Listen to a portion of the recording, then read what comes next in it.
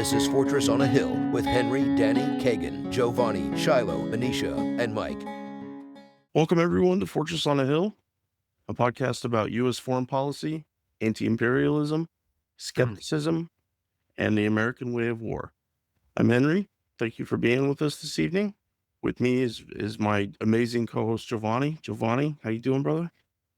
I'm still trying to wrap things up in my head, still sorting things out and still analyzing and just trying to make sense of things. Absolutely. This whole situation is a huge paradigm change, and there's so many moving pieces. And we have with us... We're talking about a way about, and just a date today, we're at 12 December 2020. A few days ago, the Syrian state collapsed in front of everyone's eyes. And Jake Tucker, a friend of the podcast, is back to talk with us about the situation. Jake, how are you this evening? Doing well. Much like Giovanni just put some of this into understanding and all that sort of stuff. But now, almost a week removed, I think we have a little bit better picture of what's going on, what happened, and we'll see where it goes from here. I really appreciate y'all having me on. Yeah, absolutely, man. Love talking to you. Jovanni, it's yours, man. Do your thing. Yeah, man, I just want to start. Like I said, today we're still trying to wrap things up, and there's a lot of mixed emotions, particularly people we associate with, we organize with, and you see a lot of chatter online, a lot of moving pieces going around, and I don't think people appreciate the historic event that just happened. A few days ago. Well, as I said, in my lifetime, I've seen probably 4 or 5 states collapse, starting with the Soviet Union, which happened in 1991, 92. It broke into 15 separate smaller countries, Russia, 15 other countries. But I didn't appreciate it at the time because I didn't really know what was going on. I was young, but I saw on TV, I saw the commotion and everything was going on. I did see also in my lifetime was the collapse of the Somali state. Somali state collapsed in 1992 with the overthrow of its president, Barrera, I believe his name was, and Somalia hasn't recovered since. We saw a collapse of the Rwanda state also in the 90s. And what happened after the assassination of the killing of their president, Rwanda went into a genocide. The Rwanda genocide, or 94, I believe that was, right? But I was still too young to appreciate all of that and see what's going on, what led to it, why, and whatnot. So I didn't really know. Just years later, I just read about it years later. But at the time, I was seeing it on TV. In real time at the time. We didn't have social media back then and nothing like that. So we just depended on what CNN showed and whatnot, nightly news and stuff like that. I also witnessed the collapse in my lifetime. It was the collapse of the state of Yugoslavia. Now, when I was a kid living in Puerto Rico, we had the car Yugo. If you guys remember that, you guys are younger than me. And I remember that when they brought it to Puerto Rico, they used to have all this commercial. And I never knew that the car it's called Yugo because it was a Yugoslav car. All right, it came from Yugoslavia. So that's how I associate Yugoslavia with that car, Yugo. But the Yugoslav state collapsed also from 95 to 99, in a series of wars and whatnot. And I deployed actually to Yugoslavia, to Bosnia and Croatia, during that initial part of its collapsing. But at the same time, like what I'm saying, I didn't really appreciate at the time what was happening because I didn't know any better. You were just a soldier and we just went there, we're deployed for a year and such. It wasn't just until years later I was able to get books and read about it. Like a good book about Yugoslavia is First Do No Harm, for example. And it tells you the history and the politics and what led up to the collapse of Yugoslavia. But this is different because this I've been following. This I'm more politically mature. This I can see from a distance where this was leading to. And so it's chilling. I'm distraught by the collapse of a state. No one should cheer and no one should celebrate the collapse of a state. A couple of years ago, Trump, for example, when Trump was in office the first time, he attempted the collapse of the Venezuelan state. And that was nasty. And the Venezuelan state was able to withstand. But this collapse of the Syrian state started with Obama. It's just been ongoing in 3 presidencies. Yeah, I'm going to pause right here. I'll give the floor to Jake or you, Henry. You guys can add. Go ahead. Go ahead, Jake. You can jump in. Yeah, Libya as well, right? Yeah, Libya. I think you were saying about the other examples. Yeah, that was before I was, I was basically a kid back then. Libya is like the first one that I saw and tracked a little bit, and I was confused about it. And seeing the aftermath of the NATO no-fly zone, the bombing, the chaos that followed after, and the fact that it still hasn't recovered into being a functional state, a functional society, it's absolutely devastating. And so I think that watching that happen helped me understand that I needed to get up to speed a little better on how things work geopolitically, quite frankly, because these things can happen. Our country can cause these things to happen without really anybody even talking about it, anyone even really barely taking notice.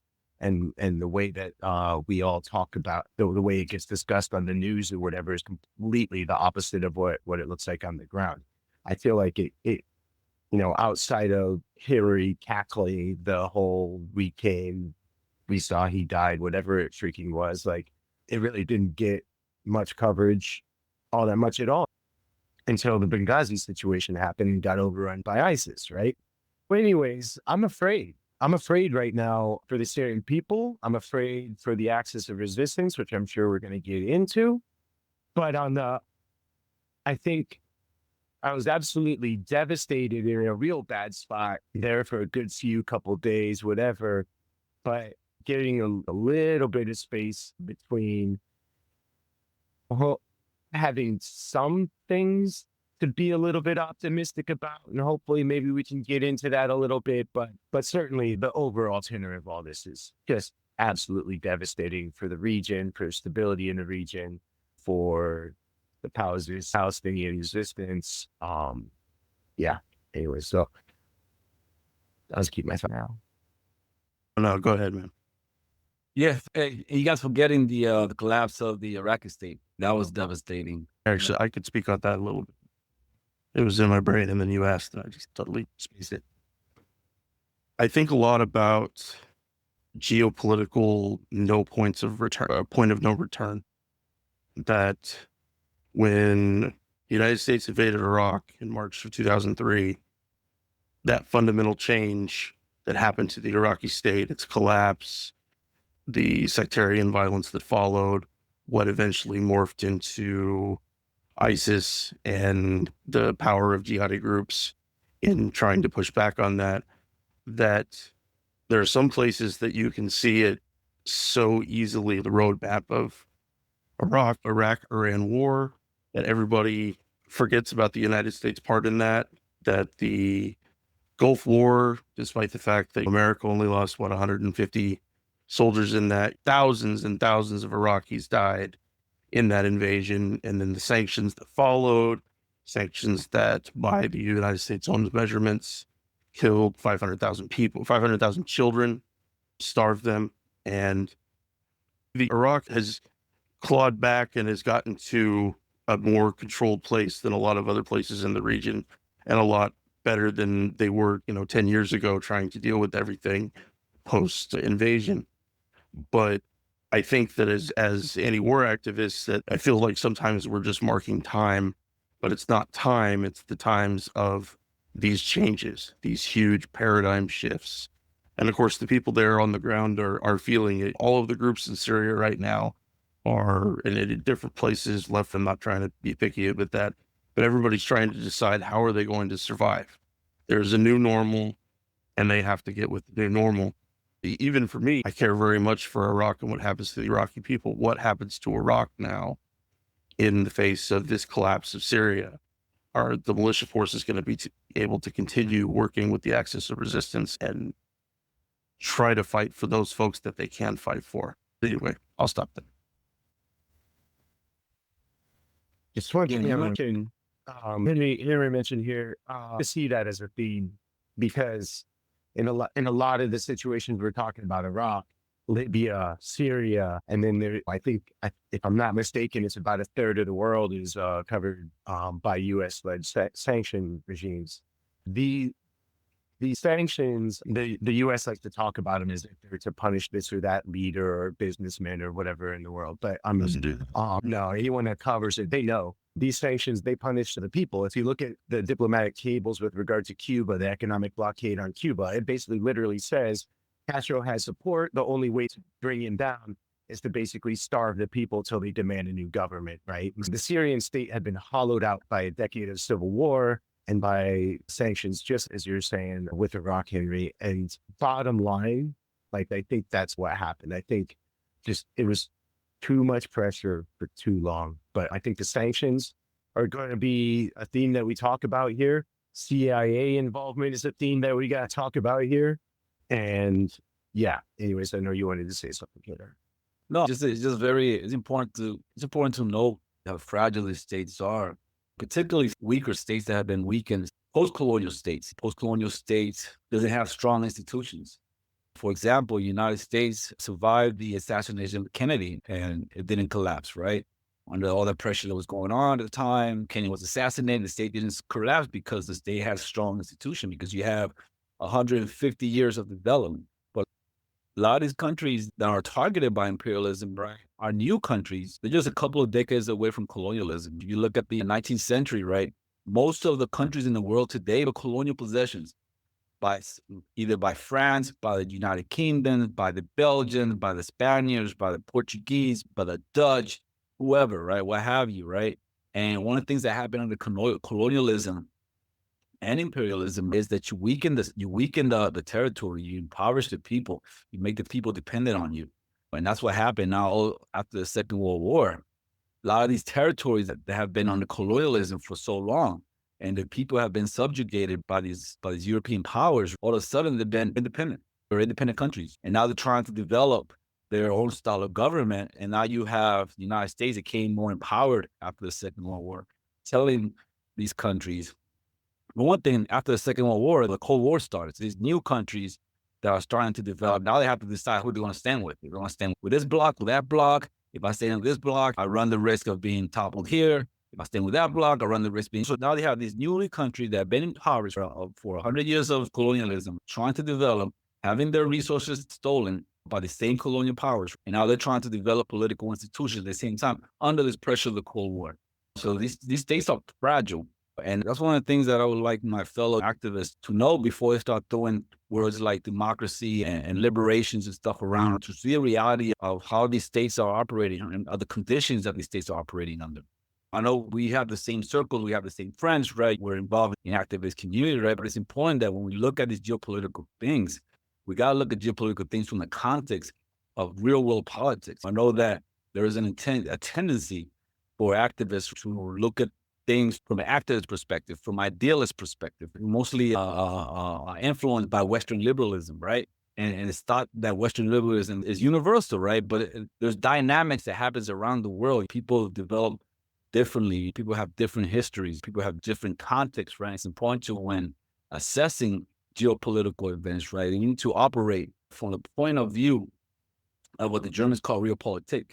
And if things that's happening on the ground and decisions that the states are having, the dynamics, the power dynamics, the economic factors, historical context, and the decisions that states and leaders are making in order for that nation to survive, because the number one interest of any state is the self-interest, is survival. That's the number one interest of every state survivor. So how these small states are going to survive in an environment where there's more powerful states are playing power politics with each other? Hopefully, I'm ranting. Hopefully that makes sense, though. Yeah, and just to add on one thing, you mentioned the states, but also the economies, right? Basically, as they gain their independence, how does the state survive? The state's got to have a functioning economy as well. And these have been hollowed out by colonialism, right? And then pretty much exactly as you're saying, in the post-World War II era, as a lot of these former colonies gain their independence one way and or another, they're starting economies from scratch. And we've got socialism, communism on the upswing a little bit. And you've got the United States, which is the capitalist hegemon of the world at that point. And so they're immediately thrust into the Cold War environment as well. And all that plays into it as well. And basically, as you're saying, are you in this camp? Are you in that camp? Are you not aligned? Are you aligned regionally? Are you aligned in any other sort of ways? And so that's going to play into that instability, that fragility, whatever. And I actually think this is a pretty good place to get into some of the history of Syria, as it did what Where did Bashar al-Assad come from? Where did his dad come from? What's the Ba'ath movement? What's that all mean with regard to this geopolitical environment in which this Syrian state, which held its stability for a number of years, but what was it keeping it together in that time? Yeah, the Syrian state, as we know it today, as a state, is a young state. It's a young state. As a modern state, it gained independence in 1946. Before that, it was a French possession, French colony. The French made their army from 1945 to 1946. They're the one who organized their army. Then after the French withdrew, they passed on that responsibilities to the Americans and the British, right? So they were the one who organized in the army. And then as a young country, in the first 25 years, it was turmoil because Syria became a country in 1946, independence. And in 1948, what happened in 1948? That's when you have the creation of the Israeli state. Now, all of a sudden, Syria found themselves flooded with Palestinian refugees from the Nakba and stuff like that, right? And that ignited what is called the Arab-Israeli War in 1948. And Syria participated in that in 1940, and they were defeated, along with every other state, Jordan and Egypt and every other state who participated in that war. Soon after that defeat, that prime minister or that president got coup. Like the first 20 of Syria's existence as a state, right, as an independent state, they had 18 presidents, 18 prime ministers, right? You imagine that in 25 years, had 18 prime ministers, right? They were coup after. Matter of fact, the first coup that Syria suffered was a CIA coup. In 1949, the CIA coup their first president, by the way, and made the way for these generals to come in. And it wasn't until Hafez al-Assad, which is Bashar al-Assad's dad, right? He also participated in a coup in 1970. That's when he became president in 1971 after a coup. And then from 1971 to 2000, he was president of Syria. But that's a long time. But that's the longest time of stability that Syria has had in its history as an independent state, from 1971 to 2000. Hafez al-Assad died in 2000. And the government was passed on to his elder son, actually, was going to go pass on to his elder son, who was groomed to be president. And he was a military man, but he died. He died. So then it was passed on to Bashar al-Assad, who was living in London, by the way, at the time. His wife grew up in London. She's Syrian, but she grew up in London. He's a doctor. He's an optometrist. His wife, I forgot what she was, what she is. The burden of government was passed on to him. So he came from London to Syria. I remember that transition of power happened. He was being celebrated in the West. He'd been celebrated. He was this reform. Do you remember that, Jake? Do you remember that? Yeah. I wasn't tracking it all that well, but I do remember that, it's a bright new day in Syria because they've got like a Western oriented leader following that sort of thing. And I remember something of overtures being made from Washington towards liberalize the economy. They're trying to make it liberalize because and his wife, they're making his wife being the next Jacqueline Onassis. Remember that? They're paying her like she was Jacqueline Onassis at the time, right? The media.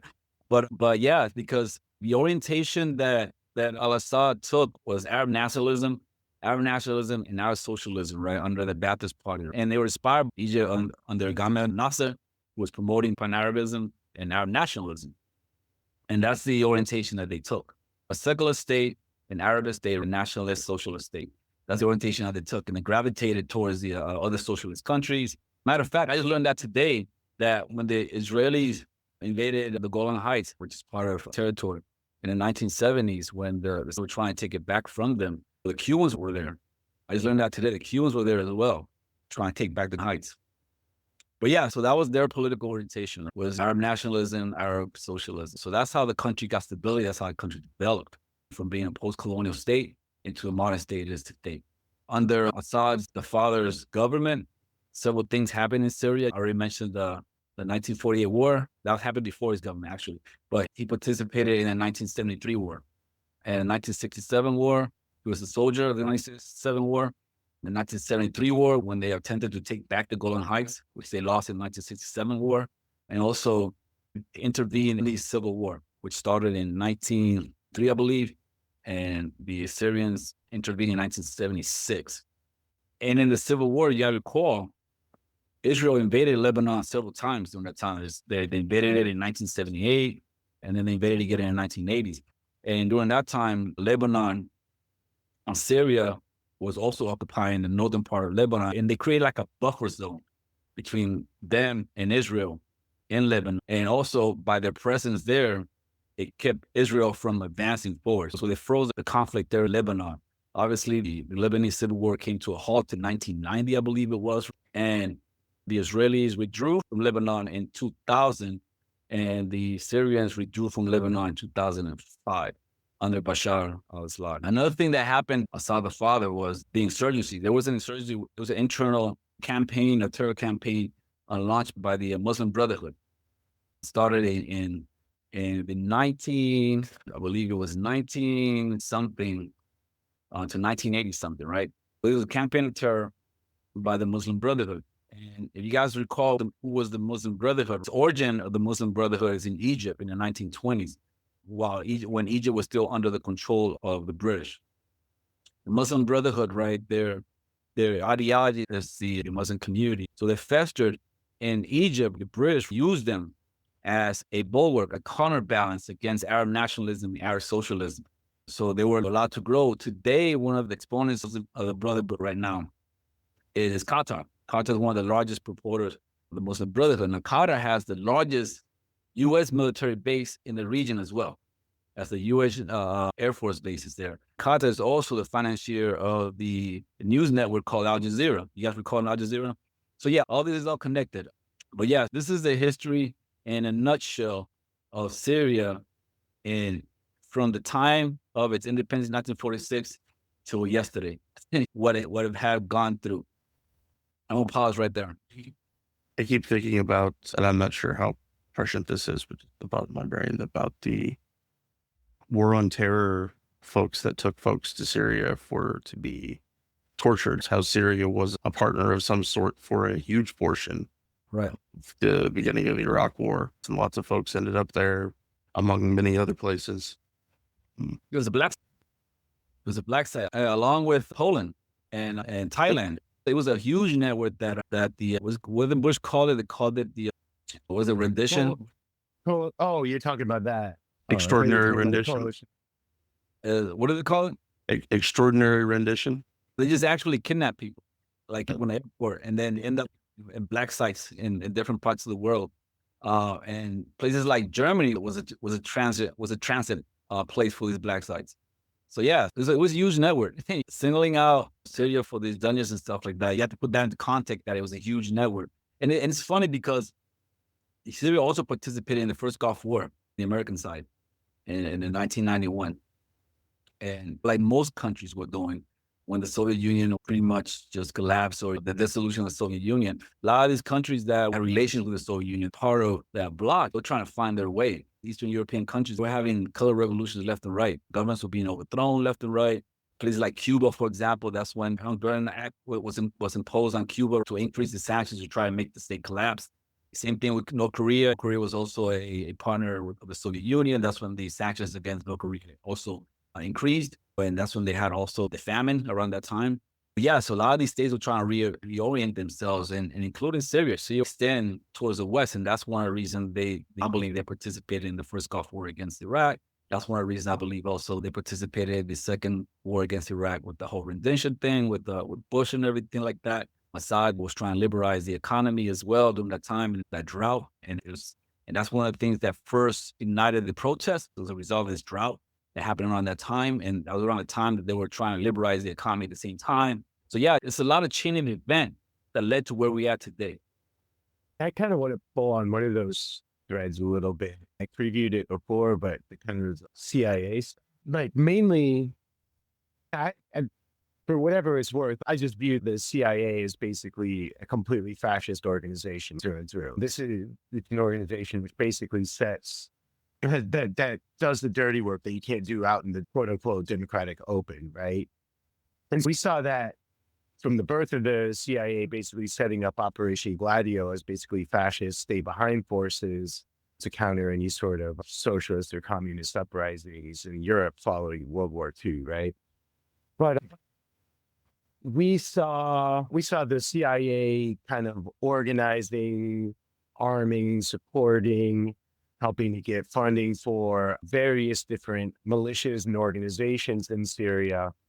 And it really recalls to me, especially what happened. And I think what we're looking at moving forward, perhaps, it reminds me a lot of Operation Cyclone, which was the dirty war, which was intended to basically draw the USSR into Afghanistan, which was ultimately successful. And basically, so that's where basically the broad taking of the Mujahideen was funded, organized, supported, and so on through CIA and other mechanisms. But basically, the CIA was the key organizational force here.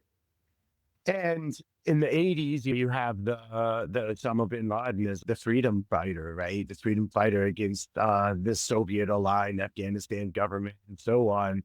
But the Mujahideen in the 80s, as far as I can tell, was treated as a relatively homogenous group just fighting for freedom or something like that. But what it was a mixture of foreign fighters, foreign jihadists, local tribal warlords, all sorts of different conflagration of people, basically with one common goal to tear down the Afghan government at the time, which was a socialist government aligned with the USSR. In any event, so a decade of dirty war, just brutal war. With the fall of the Soviet Union, basically, I think the Soviet Union had already pulled out by then, but the Afghan government continues to stand for a bit. And then basically, as soon as the Soviet Union falls, then again, just like you were saying with Korea, Cuba, and so on, at that point, any sort of funding and arms and whatever coming from the Soviet Union dries up. The government hangs out on for another year, a couple years or something like that. And then ultimately it collapses. And it collapses into full-on chaos. Collapses into chaos, but the civil war continues on between different factions. And we broadly understand now that the ones who ultimately had the most control of the state emerged to be the Taliban, but they didn't have complete control of all the areas, all the territories, all that sort of stuff. And so then when the U.S. invades, who they align with? They align with their old buddies, the warlords and Northern Triangle. Yeah, the Northern Alliance, exactly. And anyways, that bring all this up, and we mentioned it with regards to Libya, but it's the U.S. has been supporting, funding, arming, and obviously not just the U.S. You mentioned Qatar. Obviously, the forces that took Damascus now are largely Turkish-led and so on, but these are still all working a little bit in coordination and a little bit in coherent. But you've got the Kurdish forces in the northeast. You've got literal U.S. troops sitting on the eastern portion and so on. And this is what the civil war largely was. As soon as the fall of the Libyan government, you saw there was a flooding of fighters in Libya basically coming into Syria, coordinated by, could be CIA, could be Turkey, just whoever. And they flooded into Syria. And this kind of became the basis of the civil war. It's not to say there weren't some legitimate grievances, but show me any state, show me any country, show me any society where there's not people that have legitimate grievances. But really, if you look at the Arab Spring, it didn't pop off in Syria the same way that it did in Egypt and Tunisia and other places. It had a bit of stability to it. I think there were some protests or something like that, but it had a degree of stability to it. Remember, Bahrain was one that was really struggling. But the Bahrain to squash it. Exactly. They were given permission to squash the U.S., right? Anyways, I just bring this all up because it's not to say everything was fine and dandy in Syria and everyone was happy as could possibly be. But I never saw that as an indigenous uprising whatsoever. This was absolutely a CIA and then other geopolitical actors at the time basically flooding in with weapons, with foreign troops, fighters and stuff like that, right? Especially after the collapse of Libya and after that was completed. I wanted to draw those through lines because we need, if we are an understanding, if we're not familiar with Operation Cyclone by now, as people who live in the United States and has a country that acts in these ways, we need to learn the patterns of our society, right? Even Hillary Clinton, I think, when the Russian special military operation was kicking up, she was referencing Operation Cyclone as something that maybe could be a solution for Ukraine. Called it. Exactly, Afghan model, precisely. And my whole point here is that there is no love for freedom, love for democracy, love for this, that, the other thing. These CIA operations, they're to sow chaos. They're not to build anything. They're not to liberate anything. They're to sow abject chaos in a place that basically has become something of a problem for the US. Not even something of a problem, just something they prefer to look differently. And so you look at it with Afghanistan through Operation Cyclone, and was this one the Timber Sycamore, right? Sycamore. Yeah, so this was Operation Timber Sycamore. It's the same, basically the same playbook that we saw in Operation Cyclone. It was a CIA operation to basically get these disparate forces aligned upon a common goal, which is basically to topple the Assad government. And so you have these disparate forces, like Hayat Tahrir Sham takes Damascus. But what's next? Is Hayat Tahrir Sham going to build the state of Syria back up? Hell no. I just saw something from the emir in Qatar saying that advising the people who are controlling Damascus right now not to worry about fighting Israel, is to focus in legitimizing the rule to the UN. Look, I don't know what to expect, but I think they're going to be more focused on combating and eliminating forces that are not aligned with them, because they do not have a plurality of support. They were able to storm through a civil war and sanctions, so economically hollowed out state. If they strayed from that path, they would have met resistance. Exactly. So they're filling a power vacuum of sorts. But what literally is next, I think it is going to basically be what I'm saying here. This isn't the end of a civil war. This is the fall of the Afghan government moment, in which the civil war actually got even worse. Because now you just had warlords, different versions of jihadis. The Taliban comes out of the Mujahideen, but they come out of the Mujahideen as a reaction to the raping, to the brutality. Exactly. Of the Afghan state. Exactly. And so they provide a stability for people. And it's not like, I'm not sitting here trying to claim I want to live in that stability myself, but I'm just saying they gain legitimacy because they confronted the lawlessness that was taking place. And from all accounts, it is lawless right now. There is lawlessness now in Syria. Hey, the stage is being balkanized right now. You saw what happened as soon as HTS took over Damascus, right? Israel went quick to work. They demilitarized the whole country. They did 300 bombing sorties in a period of 48 hours. They bombed the airports. They bombed the planes. And like I said, the Syrian army was outfitted by Soviet weapons. Like their whole MiG fleet was bombed. The MiG-29s, they were bombed. The Navy was sunk. In a period of 48 hours, the whole Navy was sunk. The radar system, the intelligence headquarters, the command and staff buildings, they pretty much were demilitarized. All the heavy pieces, the heavy military equipment, like artillery pieces, air defense pieces, right? So now the Syrian state is naked right now. It doesn't have no defense. And not only that, land larger than Gaza. And now they're approaching the ethnic minorities. The ethnic minorities in Syria. Now, Syria is a multi-cultural, multi-confessional, multi-religious, multi-ethnic society, and minority ethnic groups. They tended to support the government because the government protected them from the majority. Syria, Israel, is doing overtures towards them. I don't know if you caught that yesterday. Offered a hand of friendship to the minority groups, told them not to fear, that Israel is there to protect them. But what is it? I tell you that Israel intends to annex territory, to take land, particularly like the Golan Heights, it's majority Druze community, right? So they expanded more, right? So when the collapse of the Syrian state happened on the 6th of the 7th of December, a lot of these minority groups, they started moving. A lot of them stayed home. Some of them went towards, congregated around the Russian bases, hoping that the Russians would protect them, etc., right? Russian troops started moving from their position. I don't know if you noticed that either. They started pulling back from their battle positions where they were, and they're going back to their bases. Iran withdrew totally. Iran just withdrew from Syria, so they're not there. Hezbollah, I don't know where Hezbollah is, but did you catch that a lot of the heavy missiles, like the majority, like a huge amount of Hezbollah arsenal missiles were in Syria, was stationed in Syria? If you go to BT News, Breakthrough News, Ryan Kalik, she interviews, what's his name, Elijah Manji. Have you heard of him? Elijah Manji, that's your worst correspondent. And he talks about that. He talks about how after the 2006 war between Hezbollah and Israel, Hezbollah moved a lot of the big heavy pieces. They moved back so that Israel won't attack them, won't destroy them, and also to spare the civilian population from the area from being attacked, assuming that because they were near a civilian population, Israel will use that as a pretext to destroy them. So they did, they moved them back to Syria.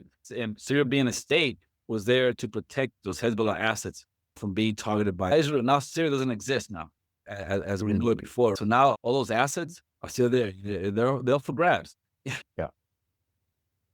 Yeah. My whole point for bringing all this up is just to point out how damn evil it is. Like, the U.S. has done this already. We'll just say minimum, I don't even know. Like, we'll say on this exact model, they've done this in Afghanistan, Libya, and now Syria. Iraq. Case. This has made minimum of a decade of chaos and terror and basically just anarchy, as you said. And listening to Biden be proud of him and his team and his country's work on this thing is just nauseating. It's freaking nauseating. And I hate it so much. I got massively politicized from the Iraq War, and that's not all that different at all.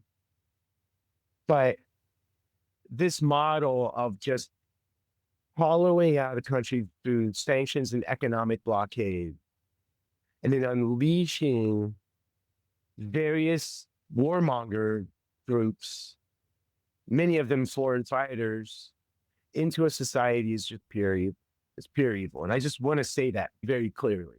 And the U.S. has done that numerous times now.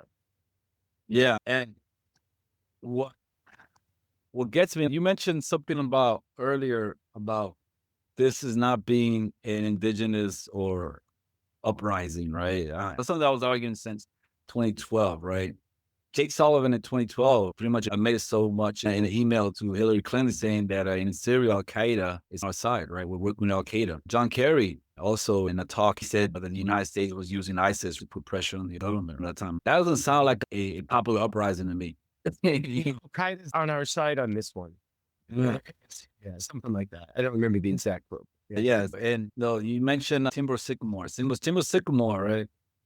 Timber Sycamore is the largest. Apparently, it went throughout Obama's government, and Trump stopped it, right? Apparently, supposedly. But when Trump stopped Timber Sycamore under Trump, that's when they imposed the Caesar Act sanctions, the economy, to pretty much crush the economy of Syria and prevent them from rebuilding after the war. Not only that, Trump stations troops in the northeast parts of Syria, which is their oil-rich area, and the area where they have the farmlands, right, where most of their agriculture, their wheat is right. So they were denied their resources, they were denied their wheat, and then not only they were denied their resources, Trump, Turkey, and all them, and the YPG people, right? They were stealing their resources, they were stealing that oil, and they were selling in the market, and certain people were getting nothing from it. So they were being denied. They were being denied the right to recover from that war that they just went through. But Timber Sycamore, right? Obama was spending about $1 billion a year on that. It's considered the most costly operation, right? Operation cycle. So that, like you said, that is not a popular uprising. And what gets me is that when I was trying to explain that back in 2012, 2013, 2014, right? I was called apologist by my fellow activists. I was told that I was bankrupt, my ideology was bankrupt. I was just attacked left and right by people that I've organized with, the people that I worked with, the people that that's what was so infuriating for me, right? Because the people were cheering this. I'm seeing these people cheering people that were Al-Qaeda yesterday, that were ISIS yesterday. Now they're being treated as if there was some Cuban revolutionary coming to liberate the country one night. And they were cheering this, right? And I'm here seeing this, and I'm just baffled and angry and confused. And these are people that I was with last year protesting the genocide in Palestine. Yeah, so let's talk about that. I know you and I have talked offline a little bit, but I've mentioned to you that I've been frustrated at times with some of the protests, some of the education, stuff like that in the past year, as the pro-Palestinian movement has really accelerated and grown in ways that I really didn't see coming.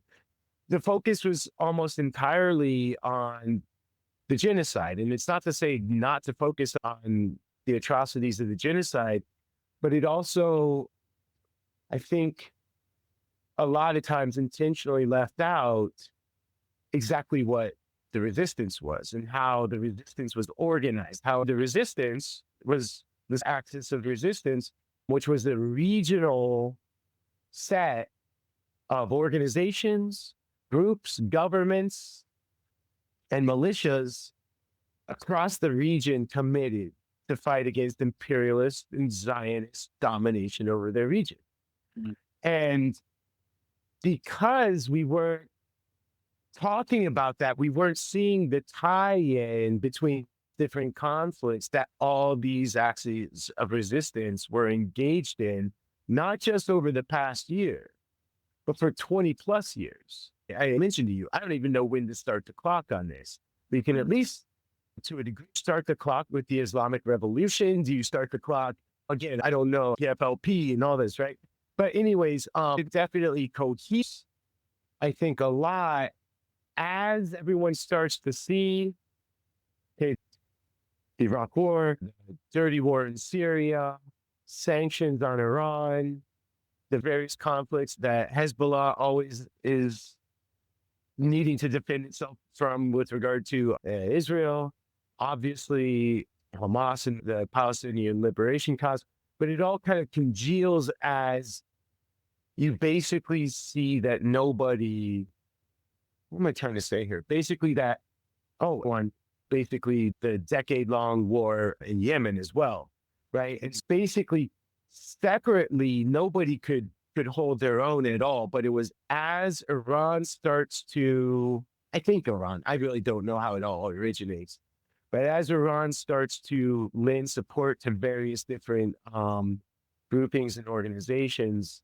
then they start to see that they can aid each other in basically resisting the Zionist and imperialist influence in the region. And I think part of people used to be considered progressive except for Palestine. Yeah, Yeah. In the past decade, the solidarity for Palestine has risen all the time. But what you can't be, exactly what you're saying, is you can't be pro-Palestinian liberation and supportive of the forces in the region who are anti-imperialist, anti-Zionist. So like the PET has morphed its way into you couldn't support Syrian sovereignty. You cannot support Iranian sovereignty. You cannot applaud Ansar Allah. You cannot applaud Hezbollah for the fights they take to Zionism, to the comprador state of Saudi Arabia and the other Gulf monarchies and so on. So it's the one thing you can be, at least in progressive spaces, and pro-Palestinian, but you cannot be supportive or even acknowledge the importance of these other axes of resistance in the liberation struggle for Palestine. Because if you, basically what I'm trying to say here is that if you separated Palestine from the other parts of the axis of resistance, you do not have a Palestinian liberation struggle. That is what this decapitation of Syria is all about. It is all about weakening the axis of resistance, improving the geopolitical position of imperialism and Zionism in the region. And just as we were having some rapprochement with regard to Saudi Arabia and Iran and whatever, now people are sitting back and have to take different stock of the different forces and the geopolitical situation and all that. And I'll hold up there and let you pull the media that you want to respond to. Yeah, you recall the heavy propaganda, Timber Sycamore. We do a lot of classes, we do a lot of teachings about hybrid warfare. And this was a mega hybrid warfare. Right? And this war, and I think it was Brian Berletic was saying that this is just a battle, the collapse of Syria, of a larger war, which is a war against multipolarism, right? So, and multipolarism is being represented by Russia, China, and Iran, and other actors like Venezuela and other places and stuff like that, right? But this was just a battle of a war against BRICS. That's how Pepe Escobar called it, the war against BRICS. But there was a huge amount of propaganda with this effect that you see a lot of people, like a lot of young people, they don't tend to see a lot of mainstream media, CNNs, they don't MSNBC and stuff like that, but they do get their media from social media, and they do get their media news outlets like Breakthrough News, Al Jazeera, and stuff like that, online media. Al Jazeera, and I don't know if you know of Kevork Yan. He's a journalist, a Syrian journalist. He's in Germany. And he talks about this a lot. I've been following him for a while on Syria, and he has a piece about Al Jazeera, right? Al Jazeera, and how Al Jazeera propagandize a whole generation, right? Just what you were saying, to young people to support Palestine, but to hate Syria passionately. They propagandize a whole generation in the Arab world, not only the Arab world, because they have Al Jazeera English and they have Al Jazeera Arabic, right? And I'm told Al Jazeera Arabic is totally, the message is totally different than Al Jazeera English, right? But the messaging from Al Jazeera, and then they have this little, I forgot what they call it, little sound bites that you see on YouTube and all the social media tools, right? Which is like 30 seconds of Al Jazeera or whatever. Their MO, their modus of operandi is that they're good on Palestine. They do a lot of reporting on Palestine, but at the same time, they tear down every other state that actively support Palestine. Not support Palestine by rhetoric, like the GCC, like the Gulf monarchies. They have good rhetoric in Palestine, but they don't do anything materially. They don't support anything materially to Palestinians, right? But the states that do support Palestine materially, Syria, Iran, Hezbollah, etc., they tear them down. I don't know if you noticed the reporting on Russia with the Ukraine war, they sided with the Ukraine. According to Kevork Al-Mazan, Al Jazeera was used for this war as a huge to get people to turn against the Syrian government. Yeah, it's that concept of controlled opposition, right? Like that sort of thing. Yeah. Yeah. And I guess where I was starting, I went with that a different direction than where I started. That's what I wanted to see in our movements over the past year. I wanted to see us having a robust discussion about what is the struggle for Palestinian liberation? Like, how is it being fought? How is it being, like, what is this struggle actually? And I think that changes the way that you approach it if you actually look at it, understand it, study it. And honestly, I think it very much changes the way that we look at how we need to organize, how we need to move, how we need to build in the West. I think we get so arrogant, but I feel like I've learned a ton just by learning how the Palestinian liberation forces are organized, how they move, how they plan, how they're patient, how they strike, all these different things. But anyways, but we need to do that both for our own liberation, but also so that we understand the Palestinian liberation movement, liberation struggle, so as not to unwittingly undercut it with our freaking support like this. This is crazy. It is crazy to be cheerleading the downfall of a crucial support for Palestinian liberation. It's not Syria. This cuts the supply lines. It's fully decapitated the resistance or the axis of resistance. The axis of resistance is still alive. And that does still provide me with hope, because weakened tremendously before. All these groups have been weakened tremendously in the past. They've had their victories and their setbacks and countless ones, right? So I have no doubt about the resiliency of global South resistance struggles and movements.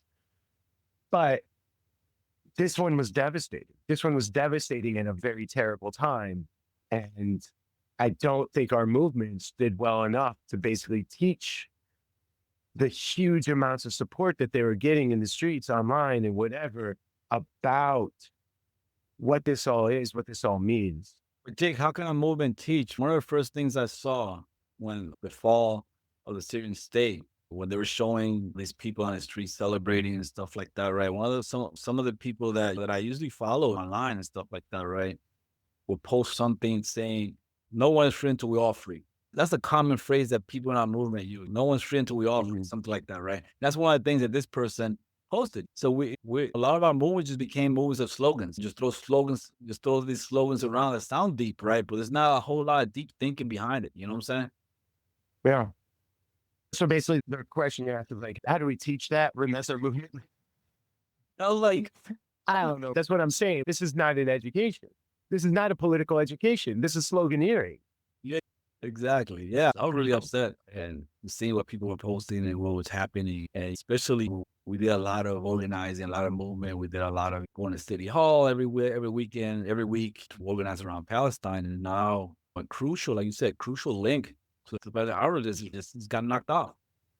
And people are celebrating that. I'm curious, this is probably bad podcasting because I set it up a little bit, but I'm curious where you think, like where you see this goes from now with the different forces. And so you've got Sham controls Damascus, you've got Israel moving in, you've got the US and Kurdish forces in the Northeast. Turkey advanced and took more land as well. Turkey advancing. I'm actually wondering if this is going to be rejuvenation of ISIS as well with the emptying of prisons and such. But anyway, just curious where you think stuff played. Is it just a little bit too much chaos to really tell? I mean, Syria's military was outfitted to be a bulwark against Israel. That was their mission. That was their main mission, was to be a bulwark against Israel. Like I said, they were equipped by Soviet arms. They had a pretty good intelligence agency, and that was their purpose. Their purpose was to be a bulwark against Israel. Israel during the Cold War was seen as a satellite of the West and West Asia. Israel is a Western enclave. Israel is a Western country. It's part of the global. It's part of what the Russians call the collective West. You know, it's an enclave in the heart of West Asia, and it's meant there to maintain for the West to have a foothold in West Asia. Right after the assassination of Soleimani back in was it 2017? I think 2020. 2020. Yeah, the assassination of Soleimani in 2020, Iran put their priority as their foreign policy was to expel the United States from the region. That became their foreign policy, right? Now, I don't know if you noticed, after the death of Raisi, the President Raisi, the new president is changing his tune. Now he's going to rapprochement with the United States, going back to the whole, the JPOC, whatever, that Obama was doing with the whole nuclear thing and stuff like that. So I don't know what they're doing. I don't know if going back to square one, whatnot. But yeah, and one of the things that Jeffrey Sachs said the other day, which it makes a lot of sense with this whole seven states that Wesley Clark talked about, is that the Israel strategy to deal with this Palestinian problem of annexing land taking land without the Palestinians and just pushing Palestinians out is attacking states that supports them. In his word is Israel's strategy is Israel's strategy against terrorism is to attack the states that support terrorism, right? Which what they call the Palestinian movement terrorism, right? And who are those states that support the Palestinians materially? I'm not talking about with words. I'm talking about with rhetoric and stuff like that. Saddam Hussein's Iraq, Muammar Gaddafi's Libya, Bashar's Syria, Bashir's Sudan. They supported Palestinian materially. And those days are gone. You know what I'm saying? Those days have gone. So American foreign policy in West Asia is to secure Israel. And they would knock down any state that poses a threat to Israel. Right now, if you notice in Trump's first government presidency, his focus was to what he called to bring peace to the Middle East, right? By normalizing relations with Israel, right? What he called the Abraham Accord. What does that mean? All these Gulf GCC states, right? Normalizing relations with Israel. What does that mean? You normalize because a lot of it, like, for example, the official policy of Syria was not to recognize Israel. Israel was a foreign entity. And that's also the official policy of Lebanon, by the way. And that's also the official policy of Saudi Arabia, by the way, right? It's a foreign entity, not to recognize Israel, right? Right before the 7th of October in the Hamas surprise attack, Saudi Arabia was leaning towards recognizing Israel, right? Establishing relations with Israel. What does that mean when you establish relations with Israel? That means that you're abandoning the support of Palestine, for example. You're taking Israel as a friend, and one of the conditions of taking Israel as a friend is to abandon the Palestinian cause. That's not hard to understand. It's not hard to understand. It is exactly what it sounds like, right? It's not hard to understand. And a lot of these monarchies, they owe their security to Western backing. And that's a lot of people don't know that. So Arab nationalism was a threat to them because the Arab nationalists like Nasser, Gaddafi, they overthrew monarchies in their country, right? Afghanistan was another one that overthrew, and with the Sada, with the what they call the Sada revolution, they overthrew a monarchy. Iran overthrew a monarchy, right? So Arab and those two other countries are not Arabs, right? But But the other ones that I mentioned, Egypt and Libya, that example poses a threat to the rule, right? A lot of these Gulf monarchies, they surrender their security to the West. So the West is responsible for their security. The UK first, and now the Americans, they're the ones securing their security, right? And that's something that you need to understand. And Qatar is one of those countries that relies on American support for their security. I forgot what you were going with your question. No, I actually like where you were with it, because I feel like we talked about what's next in Syria, but I like kind of taking a more regional approach. And I think that's actually a good place to go with it.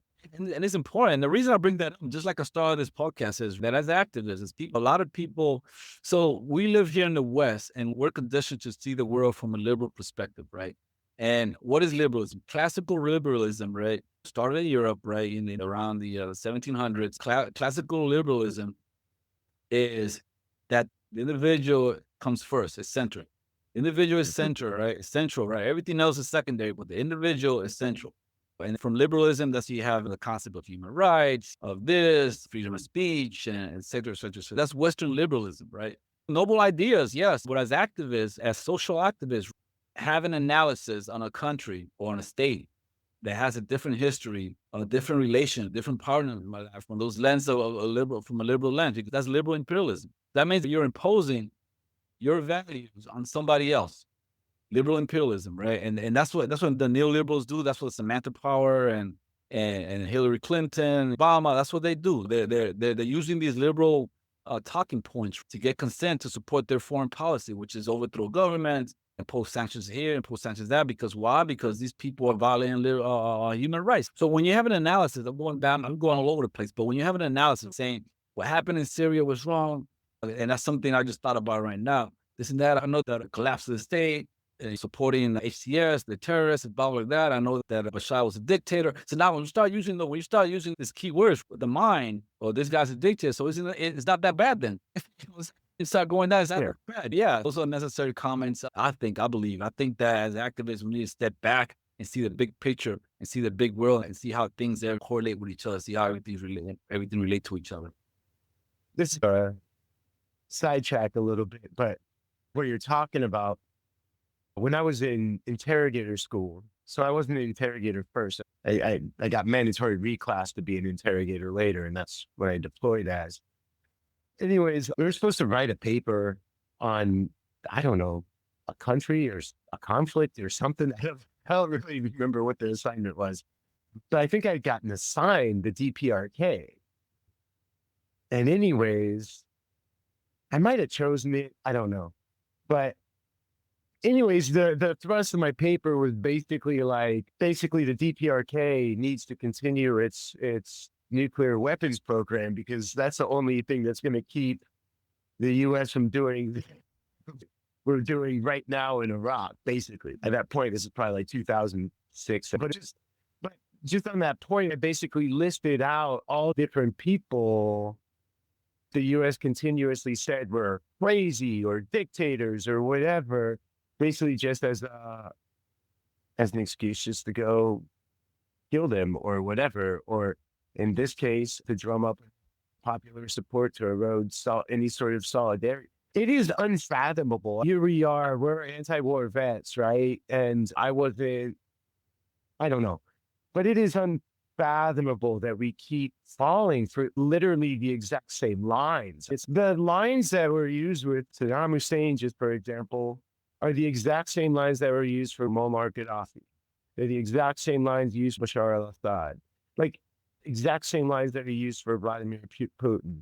Exact same line. It just never stops. And there is no creativity. It is just bullshit and repetition, bullshit and repetition, bullshit and repetition. And I don't know.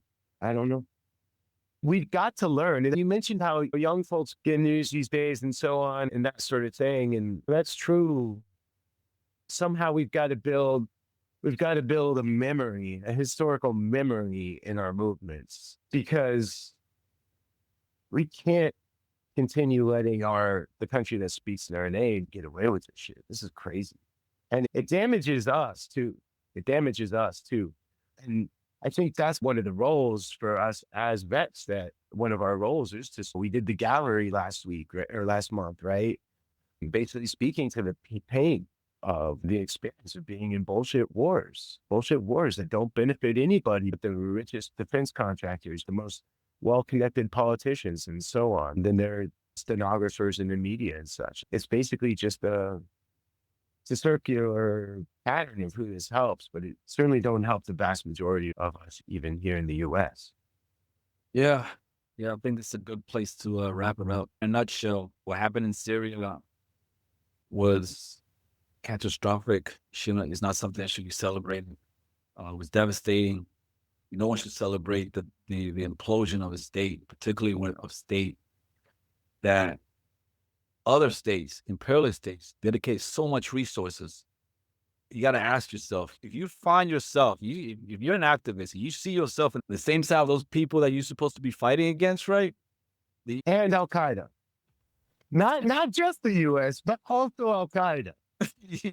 You have to ask questions. You have to ask yourself, and I forgot who said that. If I find myself next to or behind something I'm against, then I have to ask what priority. I have to ask what side am I standing on? Yeah, I forgot who said it. I think I butchered the saying though, but yeah, you gotta think about it, man. Particularly when something's being so propagandized, when everybody's in sync with the same talking points, everyone's in sync with. Yeah, you gotta ask. Everybody's saying the same thing. Like, for example, one of the things that they were saying that Bashar was killing like hundreds of thousands of people, killing his own people and whatnot.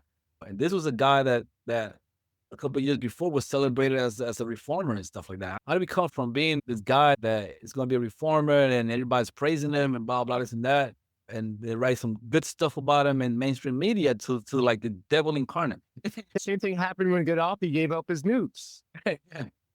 And everyone was like, oh, Gaddafi, he's changed. He's a changed man. And then 5 years later, he's getting torn apart in the streets. Exactly.